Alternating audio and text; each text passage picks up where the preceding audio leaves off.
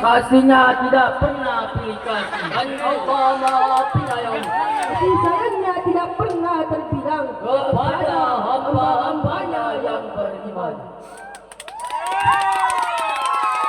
Salawat salam semoga telah tercurahkan kepada Khalifah yang mulia, yang mempersatukan bangsa, memperdamaikan umatnya, Habibana wa Sayyidana Nabi Muhammad sallallahu alaihi wasallam.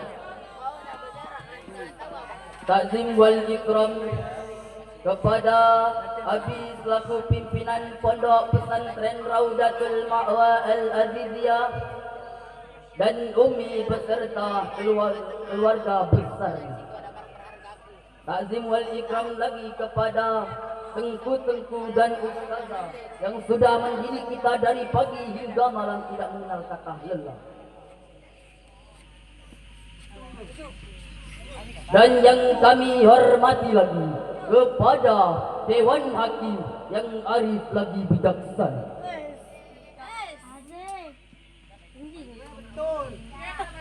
Insinyur Soekarno pernah berkata, seorang proklamator bangsa dalam sebuah pidato. Ia berkata, berikan kepadaku 1000 orang tua, aku akan sanggup memindahkan mereka dari kutub utara ke kutub selatan.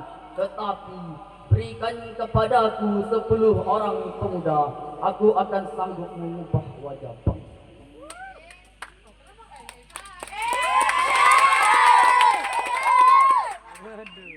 Hadirin, begitulah ungkapan seorang proklamator yang memikirkan nasib bangsanya di masa yang akan datang. Entah 20, 30, bahkan 40 tahun di masa yang akan datang. Hari ini jawabannya. Al-Muhaddis Syekh Muqbil bin Hadi di dalam kitab Tauhid Asbabun Nuzul berkata, Ibnu Abbas menjelaskan bahwa pengharam khamar berawal dari 2 kabilah.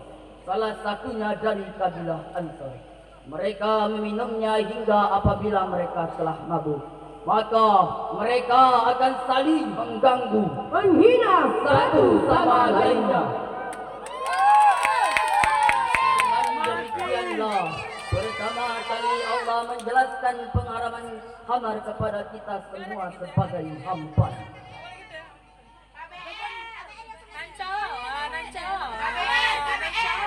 Untuk mengantisipasi penyalahgunaan barang haram tersebut, maka kami akan menyampaikan sebuah syarahan yang berjudul Penyahayanya Narkoba bagi para Remaja. Ini adalah tema yang akan kami uraikan pada kesempatan kali ini dengan rujukan Al-Quran Surah Al-Ma'idah ayat 90 yang berbunyi, A'udzu billahi minasy syaithanir rajim. Allah. Bismillahirrahmanirrahim.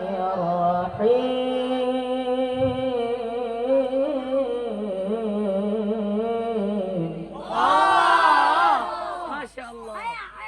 Ya ayyuhallazina innamal khamru wal maisir wal ansab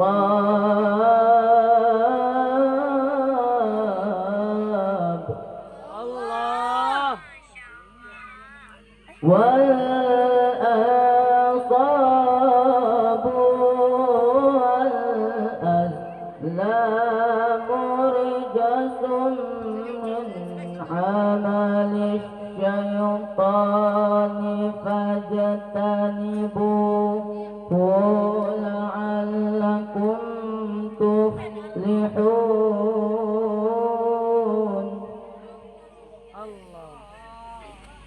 Aku berlindung kepada Allah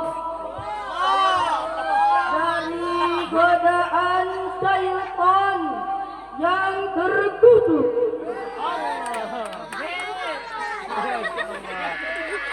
Dengan menyebut asma Allah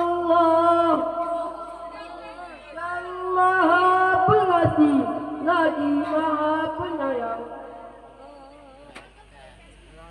Hai orang-orang yang beriman, sesungguhnya meminum khamar, berjudi, berkorban untuk berhala, mengundi nasib dengan anak panah, itu adalah termasuk perbuatan syaitan.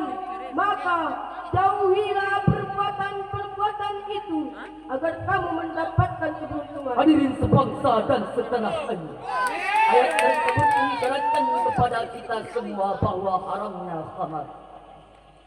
Coba kita kaji lebih dalam dari sebuah kalimat innama, dari segi balaghah merupakan adatul qasri yang berfungsi untuk menspesifikasikan.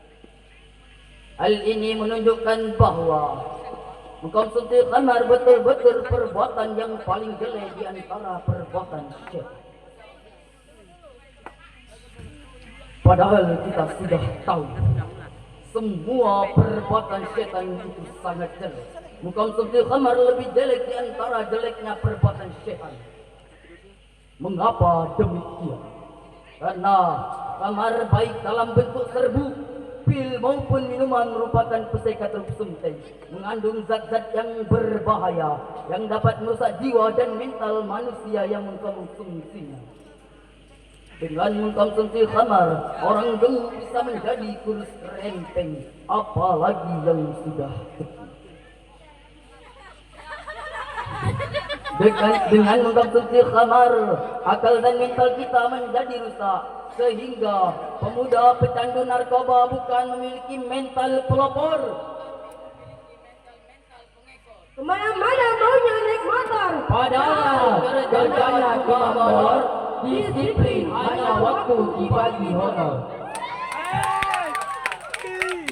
Mental ini hadir merupakan amal-amal syaitan yang sangat bahkan rijasun min amali syaitan lebih buruk daripada perbuatan syaitan. Oleh karena itu, ayat tersebut mengisyaratkan kepada kita semua untuk dapat menjauhinya sejauh-jauh mungkin. Agar apa? Agar kita mendapat keberuntungan. Lalu, bagaimana kalau kita mengkonsumsinya dalam jumlah yang sangat sedikit dan tidak membuat kita mabuk? Jawabannya terdapat dalam sebuah hadis.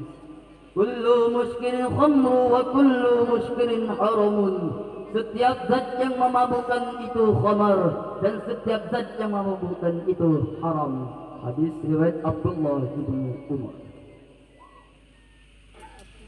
Hadirin wal hadirat yang dirahmati Allah Subhanahu wa taala.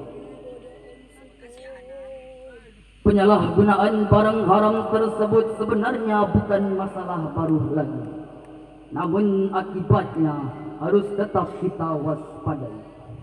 Bahkan pada masa Rasulullah sallallahu alaihi wasallam yang diriwayatkan oleh Imam Ahmad yang bersumber dari Abu Hurairah, bahwa ketika Rasulullah sallallahu alaihi wasallam pergi ke kota Madinah, didapatnya suatu kaum yang suka meminum arak dan makan pasir. Lalu mereka bertanya kepada Rasulullah tentang sebuah hal itu. Untuk memberikan jawaban atas pertanyaan tersebut, Rasulullah surah Al-Baqarah ayat 219 yang berbunyi, Yas'alunaka 'anil khamri wal maisir qul fihima ithmun kabirun wa manafi'un linnas.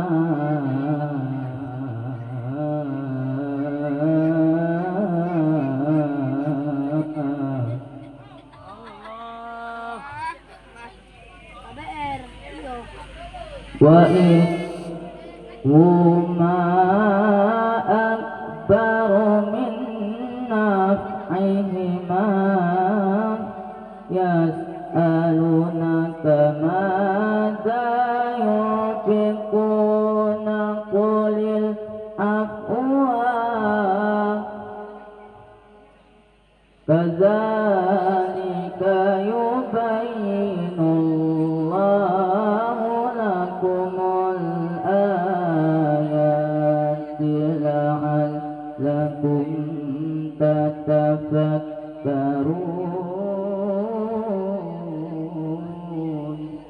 Sadaqallahul azim.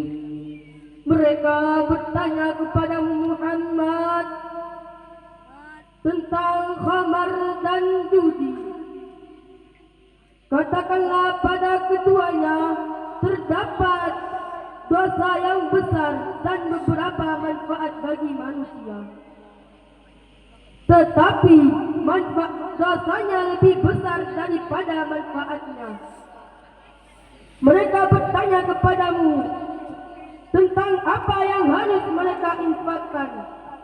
Katakanlah kelebihan dari beberapa manfaat yang diperlukan. Demikian Allah menurunkan ayatnya kepadamu agar kamu berpikir. Maha benar Allah atas segala firman-Nya.